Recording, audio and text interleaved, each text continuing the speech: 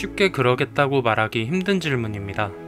목숨과 나라의 무게를 생각해야 하는 이 질문에 대한 대답이 어려운 건 목숨이 무엇인지는 명확하지만 나라라는 개념은 너무도 추상적이기 때문입니다. 나라를 한 공간 안에 있는 공동체로 정의하기엔 비행기로 하루 이틀이면 어떤 나라든지 갈 수 있는 시대고, 같은 언어를 쓰는 공동체라고 정의하기엔 우린 너무도 많은 언어들을 접합니다. いいえ、結構です。それから私は韓国人です。 비행기에서 나는 한국인입니다를 일본어로 말하는 첫 장면은 공간으로도 언어로도 어느 나라 사람인지 구분짓기 어려워진 시대상을 반영하고 있죠. 이 시대의 우리에게 나라는 무엇일까요? 환한 빛이 있는 세상, 그리고 그곳의 뒤편, 음과 양, 바로 그 사이에 있는 사람. 이 영화는 음지와 양지를 구분합니다. 일본 귀신에게 죽은 사람들이 곰에 죽은 사람들로 보도되는 것처럼 귀신과 무당이 있는 곳은 음지, 우리가 살아가는 현실 세계는 양지로 구분되죠. 음지에서 일하고 양지를 지향한다는 국정원의 원훈처럼 이 영화는 양지를 위해 음지에서 희생하고 있는 사람들에 대해 이야기합니다. 파묘의 시나리오는 크게 전반부와 후반부의 이야기로 나눠집니다.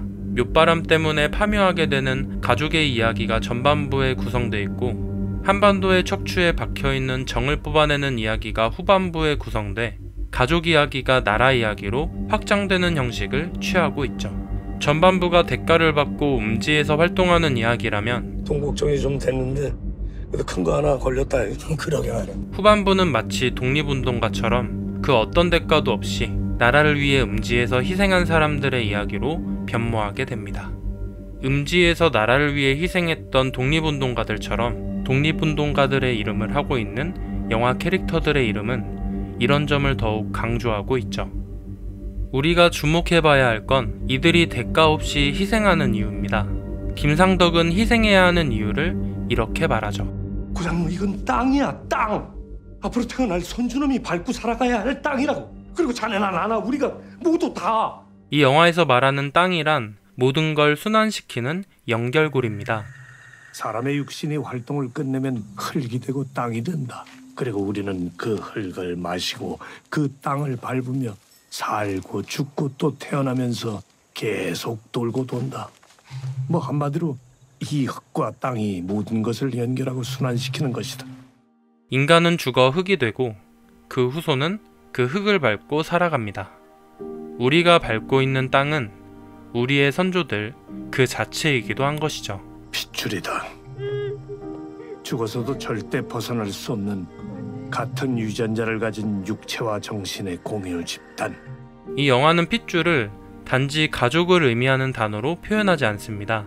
죽어서도 절대 벗어날 수 없는 같은 유전자를 가진 육체와 정신의 공유 집단이 핏줄이라면, 같은 땅을 밟고 죽어서도 이 땅을 벗어나지 않고 순환하고 있는 우리 모두가 같은 핏줄인 것이죠.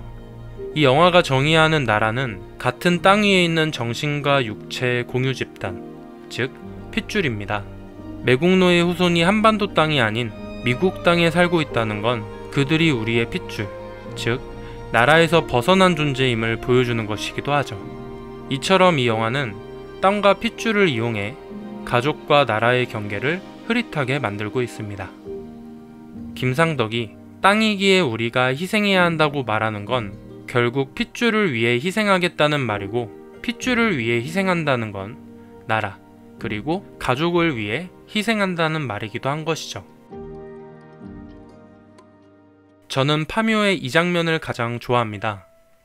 백두대간, 우리의 한반도 땅이 찍혀있는 사진 안에 김상덕과 이화림이 함께 있죠. 한반도 땅과 그 테두리 안에 있는 두 사람을 보여주므로 두 사람이 같은 핏줄임을 드러내는 장면입니다. 같은 땅 안에 있기에 같은 핏줄이고, 같은 핏줄이기에 가족입니다. 신랑 신부 양가 친지 가족분들 모시고 사진 촬영이 있겠으니 고장로. 영화의 마지막 가족 사진을 찍는 장면에서 김상덕이 이들을 부르는 이유는 이들 모두가 한반도 땅 위에 있는 같은 핏줄, 같은 가족이기 때문입니다. 영화가 끝나면 이 질문은 이렇게 변하게 됩니다.